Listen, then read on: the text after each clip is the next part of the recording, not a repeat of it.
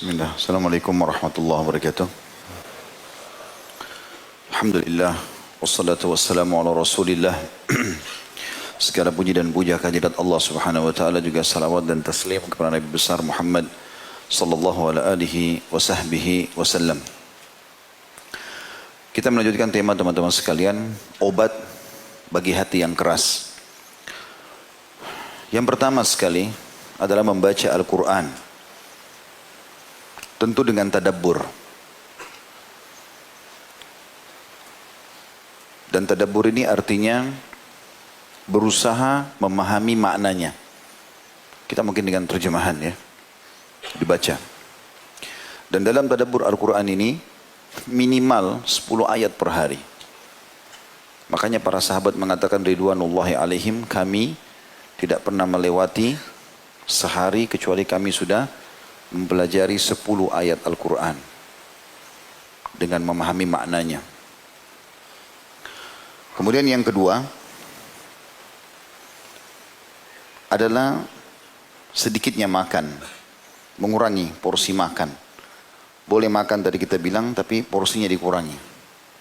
Dalam arti kata, coba makan pada saat dibutuhkan. Misal kita lagi lapar, lagi butuh, kebetulan bertamu di rumah orang gitu loh. Kalau enggak ya sudah. Karena banyaknya makanan masuk, berarti kita seperti mensuplai makanan banyak, membuat akhirnya badan merasa sangat rileks, akhirnya banyak tidur dan banyak rentetan yang lain. Kemudian yang ketiga, sholat malam. Dan ini adalah sudah umum tentunya. Umumnya kita bangun, sholat malam, beribadah kepada Allah subhanahu wa ta'ala. Karena sholat sunnah yang paling afdal setelah sholat wajib adalah sholat qiyamul lail.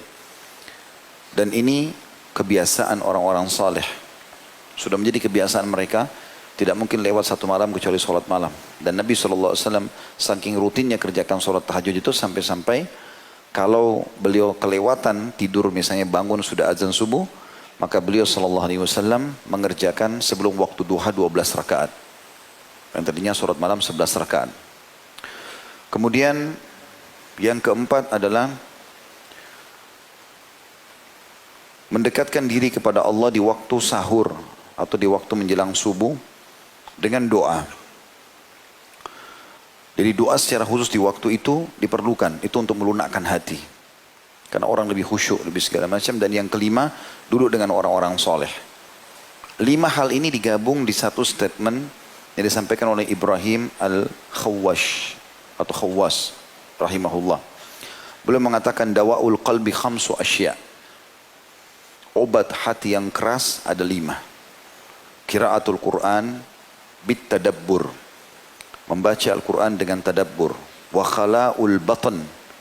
Mengosongkan perut. Itu kata membatasi makanan tadi. Wa qiyamul lail. Selalu rutin bangun sholat malam. Udah nggak boleh lagi lewat malam kecuali antum sholat. Walaupun cuma 2 rakaat. Nanti kalau sehari, 2 hari, seminggu, sebulan terbiasa, kita akan rasakan kenikmatannya dan sudah menjadi sebuah pola. Pada saat itu syaitan sudah nggak bisa goda kita lagi. Karena kalau kita masih stuck di satu tempat, saya pernah kasih gambaran untuk kita sama syaitan itu seperti orang yang mau lomba lari. Kalau kita masih diam di tempat garis start, maka dia berleluasa untuk menjatuhkan semangat kita. Kau nggak bisa, kau begini, segala macam. Tapi kalau kita mulai lari, walaupun lari kecil, dia kalau mau menggoda kita, dia harus juga berlari. Dan harus supaya dia bisa menggoda kita atau mengalahkan kita, dia harus lebih cepat dari kita. Kalau antum berlari kencang, maka dia akan lebih kerepotan. Maknanya apa? Lakukan ibadah itu dulu. Rutinkan. Nanti kalau dia sudah tercintakan dalam jiwa, sudah terbiasa, jadi nyaman, akhirnya jadi kebiasaan. Dan itu syaitan sudah sulit untuk goda. Yang keempat, wattadarru 'inda sahar. Mendekatkan diri secara khusus kepada Allah di waktu-waktu sahar. Sahar itu maksudnya di waktu subuh itu, menjelang subuh. Di sini khususnya dengan doa. Terutama doa. Makanya Nabi SAW mengatakan siapa yang terkaget di malam hari. Banyak orang kaget pertengahan malam. Lalu dia baca la ilaha illallah wahdahu la syarikalah lahul mulku wa lahul hamdu wa huwa ala kulli syai'in qadir. Langsung mengingat Allah. Subhanallah walhamdulillah wa la ilaha illallah Allahu akbar wa la hawla wa la quwata illa billahil aliyil azim. Allahumma gfirli. 3 jenis zikir digabung. La ilaha illallah wahdahu la syarika lah sampai akhir. Subhanallah alhamdulillah wa la ilaha illallah akbar dan wala haula wala quwata illa billahil aliyil azim. Lalu ditambah dengan satu pendek doa, Allahumma gfirli. Ya Allah ampunilah aku. Apa kata Nabi SAW?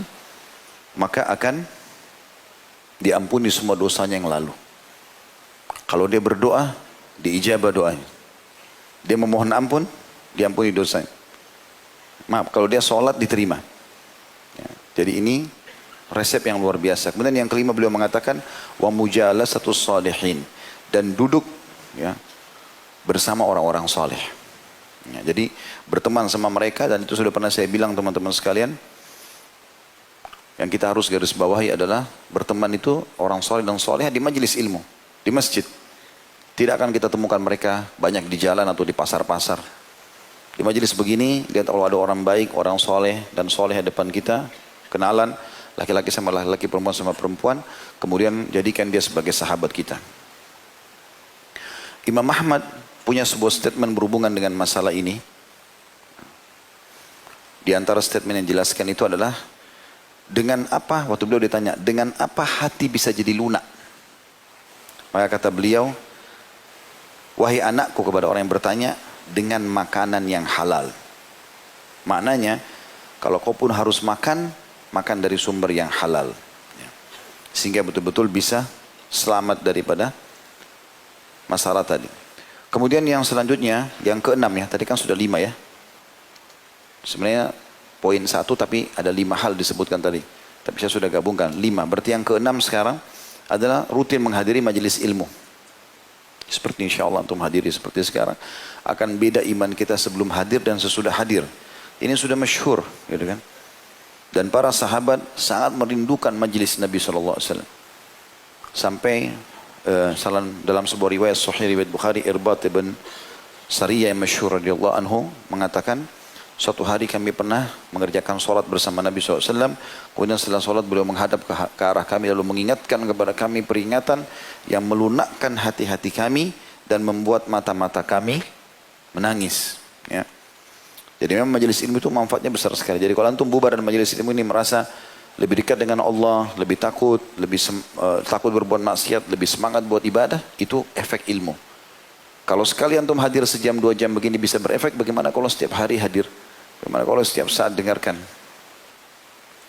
Yang ketujuh, sering berziarah kubur dan mengingat kematian. Ada murid seorang Imam Ahmad bernama Abu Talib. Dia berkata, seorang laki-laki pernah bertanya kepada Abu Abdillah atau Imam Ahmad tentang bagaimana melunakkan hati. Maka beliau mengatakan, masuklah ke dalam pemakaman. Di situ sejenak, renungi dan usaplah kepala anak yatim. Apa yang kita saksi bahasan adalah masalah mendatangi kuburan. Sa'id ibn Jubair rahimahullah berkata, dan Rabi ibn Abi Rashid berkata, "Lau faraka dzikrul mauti qalbi sa'a khasyitu an yabsuda qalbi." Seandainya mengingat kematian terpisah dari hatiku sekejap saja, dia sempat aku tidak mengingat kalau aku akan mati, maka aku takut hatiku menjadi rusak. Juga Aisyah radhiyallahu anha pernah ditanya tentang keluhan masalah kerasnya hati. Maka beliau berkata, perbanyaklah mengingat kematian. Engkau akan mendapatkan apa yang kau inginkan. Jadi kalau kau selalu ingat mati, ingat kalau kau akan meninggal dunia, sesehat apapun badanmu, setinggi apapun jabatanmu, sebanyak apapun hartamu, tetap kau akan meninggal dunia, maka hatimu akan lunak. Kemudian wanita yang tadi minta nasihat kepada Aisyah pun mengerjakan, setelah itu dia pun mendapat petunjuk di hatinya dan bersyukur tentang perasaan itu. Ya, subhanallah, saya beberapa hari yang lalu, saya sempat mendapatkan informasi dari teman-teman, ada seorang pengusaha, kalau tidak salah dari Kuwait. Orang ini kaya raya, punya pesawat pribadi, punya mobil, gudang di rumahnya, gudang emas, ada gudang emas, ada segala macam, kaya raya. Terakhir situ tulisannya, ujung-ujungnya dia ke sini. Jadi di foto, banyak foto tentang hartanya itu, pesawat pribadinya dengan warnanya, seragam dengan warna mobilnya, rumahnya, gudang emasnya, perhiasan-perhiasan, segala macam hal. Mobil yang mahal-mahal tertata di halaman dia. Terakhir di sebelahnya ada foto kuburan dia. Tanah, gundukan tanah sama batu di kepalanya. Itu bahasanya adalah, inilah akhir perjalanan seorang miliarder Kuwait. Bukan tidak boleh mengumpulkan harta, tapi harus sadar teman-teman, kita akan kembali ke sana. Dan sebagaimana kita lahir dalam kondisi hanya menggunakan satu kain selimut pada saat kita lahir, telanjang lahir kita juga meninggal begitu. Telanjang semua, nggak ada lagi nih jabatan, ya semuanya perangkat-perangkat semua, ya ini tidak akan dibawa. Semua hanya jadi kenangan. Oh itu mobilnya fulan, oh itu sepatunya dia, oh itu istrinya, oh itu suaminya, oh itu anaknya. Selesai. Itu bahan ceritanya orang. Tapi antum bertanggung jawab sendiri di depan Allah hari kiamat. Ingat itu. Akan mati. Hati-hati dengan itu. Kemudian yang selanjutnya adalah berbuat baik dengan semua orang miskin, orang yang susah. Ini yang keberapa? Yang ke-8, berbuat baik. Jadi selalu melihat orang yang lebih susah dari kita teman-teman. Banyakkan orang subhanallah hatinya keras karena dia sengaja cari tempat yang eksklusif. Dia tidak pernah mau berbaur sama orang. Keluar tidak pernah mau lihat keadaan. Jalan lihat. Di Jakarta ini banyak sekali pelajaran bisa kita ambil. Rumah-rumah orang berdempetan. Kecil-kecil gang. Saya berapa kali masuk subhanallah pulang taklim naik motor. Renungi saya tadabbur jalan. Saya sambil merenung lihat bagaimana mereka ya. Kondisinya rumahnya. Mungkin kadang-kadang ada yang cuma 1,5 meter. Kali 1,5 meter duduk. Anaknya, suaminya di situ jual. Cuma saset-sasetan minuman. Sedikit hidup. Subhanallah. Itu dengan melihat itu kita jadi bersyukur kalau Allah kasih kita rumah lebih besar. Ada orang yang jalan kaki. Ada orang yang dorong gerobak. Ada orang subhanallah pernah dorong gerobak saya temukan di daerah Pancoran.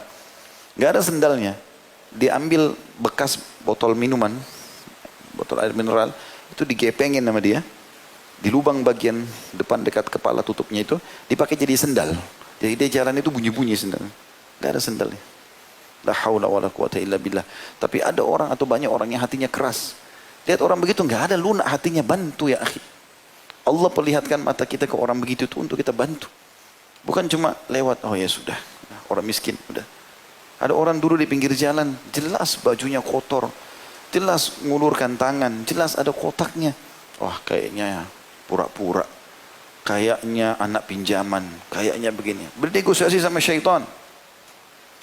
Tugas kita kalau ada kesempatan ibadah, eksekusi, bukan negosiasi. Hah? Ada kesempatan langsung kasih. Dan usahakan antum berlumba dengan siapapun. Ada orang miskin, jangan tunggu orang lain memulainya, antum memulainya. Karena kalau kita memulai dan orang lain ikuti, kita akan panen pahala mereka semua. Kan begitu di zaman Nabi SAW kan. Waktu Nabi lihat orang-orang miskin datang, bajunya, badan mereka kurus, wajahnya sampai merah kehitam-hitaman. Nabi sudah tahu orang miskin makan minta. Nabi naik ke mimbar motivasi para sahabat, ayo bersedekahlah, ayo beginilah, ayo begitulah. Tidak akan berkurang harta seorang karena sedekah. Semua sahabat semangat. Tapi diam, nggak ada yang berdiri. Ada satu sahabat dari belakang maju langsung. Dia taruh kain, lalu dia mengatakan, ya Rasulullah, dikorek kantongnya semua. Ini sedekah saya. Waktu lihat orang ini satu buat, satu masjid datang pada nyumbang semua. Apa kata Nabi SAW? Man dalla ala khairin kana lahu mithul ajri fa'il min ghairi yanqus min ajri fa'ili syai'a. Siapa yang menjadi penyebab orang lain melakukan perbuatan baik, dia akan panen pahalanya. Orang ini hanya karena dia memulainya, maka orang lain ikuti, dia panen semua pahalanya satu masjid. Banyak orang subhanallah dia tunggu dulu orang lain buat baru dia mau buat. Nah, kalau orang lain tidak buat ya sudah dia juga nggak buat. Kita malu pada tempatnya, malu kalau bermaksiat kepada Allah, malu kalau ambil bukan hak kita. Tapi kalau dalam beramal soleh nggak ada malu ini. Kerjakan. Bahkan kaidah syariah jelas. Dalam hal ibadah kita harus mendahulukan diri kita dari orang lain. Kerjakan dulu baru ajak orang lain. Saf pertama kosong masuk dulu. Jangan bilang silakan Pak, dia di saf kedua. Orang lain masuk surga atau dapat pahala lebih banyak, dia sedikit. Hah? Ini pernah saya kasih contoh begitu. Antum lagi naik mobil sama teman, ada orang miskin, ketuk-ketuk kaca. Dibukalah, teman antum menyumbang. Apa yang antum lakukan biasanya? Oh sudah, teman saya kan sudah bantu. Ya akhi, dan ukhti, lihat teman antum, dicatat pahala antum sendiri, cuma lihat. Seakan-akan, oh nanti dia dibalas surga, saya cuma lihat saja. Ikut, kasih. Kalau perlu kita duluan, itu orang miskin, berhenti dulu sebentar, kasih. Teman kita ikut, kita dapat pahala dia. Bersaing dalam itu. Itu yang Allah sebutkan dalam Al-Quran, wa fi dzalika falyatanafasil mutanafisun. Disitulah orang-orang mukmin harus saling bersaing dalam mengejar pahala itu. Disebutkan dalam sebuah hadis dari Nabi SAW, kata beliau, In aradta an yalina qalbak fa'at'imil miskin wamsah ra'sal yatim. Kalau kau ingin hatimu lunak, menjadi baik, ya, hatimu lunak, maka berilah makan orang miskin dan usaplah selalu kepala anak yatim. Ya. Tentu di sini usap bisa mengusap memang secara fisik. Ada hadis yang menyebutkan kalau seseorang mengusap kepala anak yatim maka berapa hari rambutnya yang tersentuh itulah pahalanya. Bentuk kasih sayang kepada mereka. Bentuk kasih sayang kepada mereka. Kemudian yang terakhir teman-teman sekalian, selalu berdoa kepada Allah Subhanahu wa taala. Agar tentu di sini masuk namanya dalam masalah poin ini adalah berdoa, berzikir. Selalu dilakukan. Jangan pernah antum diam, dalam arti kata diam di sini tidak ada zikrullah atau doa. Antum ngomong atau zikrullah. Diam pun itu harus masuk dalam zikrullah, artinya tidak ngomong sama manusia tapi kita berzikir kepada Allah atau kita bertafakkur. Karena memang orang-orang yang sering berzikir, astagfirullah wa atubu ilaih, astagfirullah wa atubu, lagi di kereta api, lagi di bus, lagi di jalan, lagi naik motor, lagi istighfar terus. Baca salawat terus. Ya, baca la haula wala quwata illa billah. Terus ulang-ulangi zikrullah. Dan Allah mengatakan tentang masalah itu dalam surah Ar-Ra'd, surah nomor 13 ayat 28. A'udzu billahi minasyaitonir rajim. Alladzina amanu wa tatma'innu qulubuhum bidzikrillah, ala bidzikrillah tatma'innul qulub. Orang-orang yang beriman dan hati mereka menjadi tentram mengingat Allah. Ingatlah, hanya dengan mengingat Allah hati itu akan tentram. Artinya dalam setiap keadaan maka pasti akan tentram. Begitu juga dengan doa. Rutin berdoa teman-teman sekalian. Walaupun itu bukan sesuatu hajat yang besar. Saya pernah berbagi kalau masih ingat. Misalnya antum mau keluar ke satu mall, mau belanja. Apa ruginya teman-teman? Mohon kepada Allah, ya Allah mudahkan parkiran buat saya. Ya Allah mudahkan makanan yang saya mau beli. Ya Allah mudahkan baju yang saya cari. Apa susahnya? Gak ada susahnya. Tapi doa itu adalah ibadah. Bahkan kata Nabi SAW, doa huwal ibadah. Doa itu yang rutin dikerjakan adalah inti daripada ibadah itu sendiri. Kalau kita nggak biasa berdoa, maka susun kata-kata pun doa kita tidak ada. Tapi kalau kita sudah rutin berdoa, maka nanti Allah akan datangkan di hati kita, ya terlintas di benak kita, terlucap di lisan kita, doa-doa yang kita tidak pernah berpikir sebelumnya. Saya berapa kali temukan gitu, karena kita rutinkan antara azan, iqamah, azan, doa. Ada kesempatan berdoa. Maka ada saja subhanallah kadang-kadang saya lagi berdoa, kalimat ini tidak terlintas di benak saya, tapi kita sebutkan, ya Allah berikan ini, ya Allah berikan itu. Ternyata dengan rutinnya kita melakukan itu maka akan menjadi sebuah tambahan atau Allah akan berikan tambahan dalam ibadah itu sendiri. Jadi doa sama zikrullah adalah penutupan dari bahasan kita ini insyaAllah. Semoga Allah SWT menjadikan kita yang memiliki hati yang lunak, terisi dengan keimanan dan selalu beristiqamah dalam ibadah kepada Allah SWT sampai ajal datang nanti insyaAllah dan Allah ridho kepada kita. Dan semoga seluruh dosa yang pernah kita kerjakan diganti dan dimaafkan oleh Allah SWT, diganti menjadi pahala tentunya. Baik insyaAllah kita akan bertemu lagi di Rabu akan datang dengan izin Allah SWT. Dan hari Sabtu insyaAllah akan ada serial sahabat kita seperti biasa. Saya mengajak teman-teman untuk datang dan juga menyebarluaskan informasi itu. Kita akan menjawab atau menjelaskan insyaAllah sahabat yang mulia Abu Ayyub Al-Ansari radhiyallahu anhu. Subhanakallahumma bihamdika asyhadu an la ilaha illa anta astaghfiruka wa atubu ilaik. Wassalamualaikum warahmatullahi wabarakatuh.